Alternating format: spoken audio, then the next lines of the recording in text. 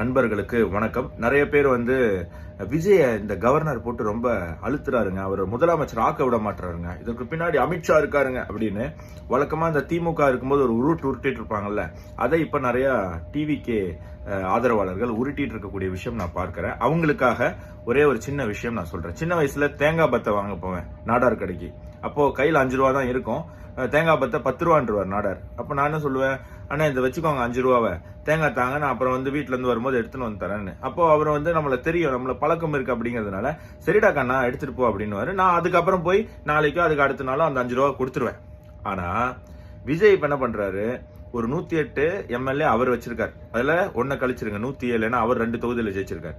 ஒரு 5 பேர் காங்கிரஸ்ல இருந்து இருக்காங்க. சோ 112 எம்எல்ஏவை அவர் கையில வச்சிருக்காரு. ஆனா தமிழகத்தில் ஆட்சி அமைக்கிறதுக்கு 118 தேவை.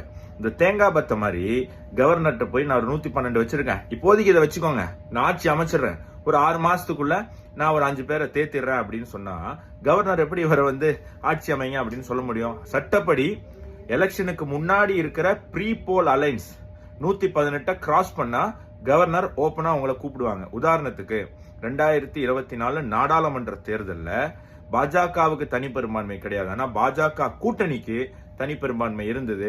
அப்போ பிரசிடென்ட் டைரக்டா அவங்களை இன்வைட் பண்ணி அவங்க கவர்மெண்ட் அமைச்சாங்க. இப்போ எந்த ப்ரீ போல் அலையன்ஸுக்குமே மெஜாரிட்டி இல்ல. அப்போ ஒரு போஸ்ட் போல் அலையன்ஸ் உருவாகணும். அந்த போஸ்ட் போல் அலையன்ஸ் உருவாகனதுக்கான சாட்சி வேணும். அதாவது விஜய் முதல்வர் ஆவதற்கான ஆதரவை நாங்க அளிக்கிறோம் அப்படிங்கிற லெட்டர் 118 எம்எல்ஏக்கள் அல்லது 118 எம்எல்ஏக்களை அடங்கிய கட்சிகளின் சப்போர்ட் விஜய் வாங்கி அந்த லெட்டரை எடுத்துட்டு போய் சப்மிட் பண்ணால் மட்டும்தான் சட்டப்படி கவர்னரால விஜய் அழைத்து பதவி பிரமாணம் செய்து வைக்க முடியும், இல்ல பதவி பிரமாணத்துக்கு கொண்டு வர முடியும். இல்லனா வெறும் 108 வச்சிருக்கக்கூடிய விஜய கவர்னர் தன்னிச்சையா கூப்பிட்டு நீங்க ஆட்சி அமைச்சுக்கோங்க அப்படின்னு சொன்னா அடுத்து என்ன ஆகும்? அதிமுக ஒரு பேச்சுவார்த்தை போகும். நீங்க அங்க இருந்து 5 வருஷம் அமைச்சர் இல்லாம இருக்க போறீங்களா, ஒரு 20 பேர் பிச்சுட்டு வாங்க, உங்களுக்கு நான் அமைச்சர் தரேன்.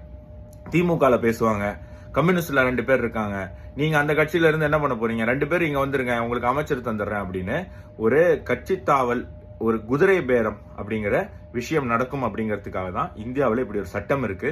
அந்த சட்டத்தின்படி கவர்னர் நடந்துகிட்டு இருக்காரு. எப்பவுமே சும்மா அந்த கவர்னரையும் அமித்ஷாவையும் குறை சொல்ற மாதிரி தமிழகம் இதே ஃபார்மேட்ல போச்சு அப்படின்னு சொன்னா நமக்கு அறிவு இல்லைன்னு நினைச்சிருவாங்க மத்தவங்க எல்லாம். சோ கொஞ்சம் அறிவை ஏத்திக்கோங்க.